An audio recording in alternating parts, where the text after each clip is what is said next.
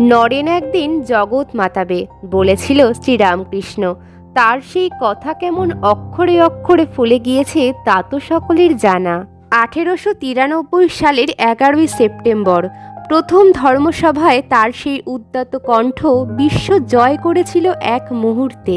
করতালির ধ্বনি চিহ্নিত করে দিয়েছিল তার শ্রেষ্ঠত্ব। বাঙালি জাতির মেরুদণ্ড স্বামী বিবেকানন্দের আজ জন্মদিন। আসুন আজ জানা যাক স্বামী বিবেকানন্দের জীবনের কিছু না জানা কথা।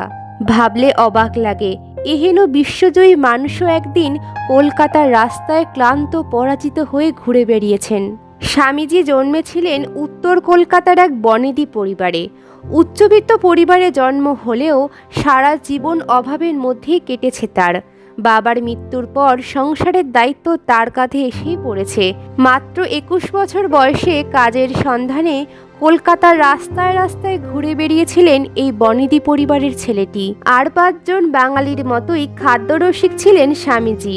ভোজনপ্রিয় স্বামী বিবেকানন্দ খাবারের পাশাপাশি রান্না করতেও বেশ ভালোবাসতেন।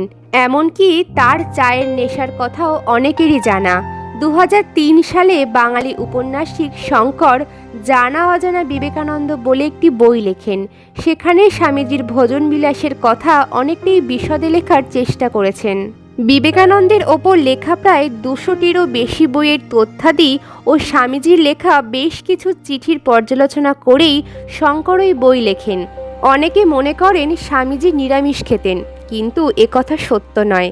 তিনি মাছ মাংস খেতেও যথেষ্ট পছন্দ করতেন বলে জানা যায় মিষ্টির দোকানে সিঙ্গারা ছিল তার অতি পছন্দের একটি খাবার।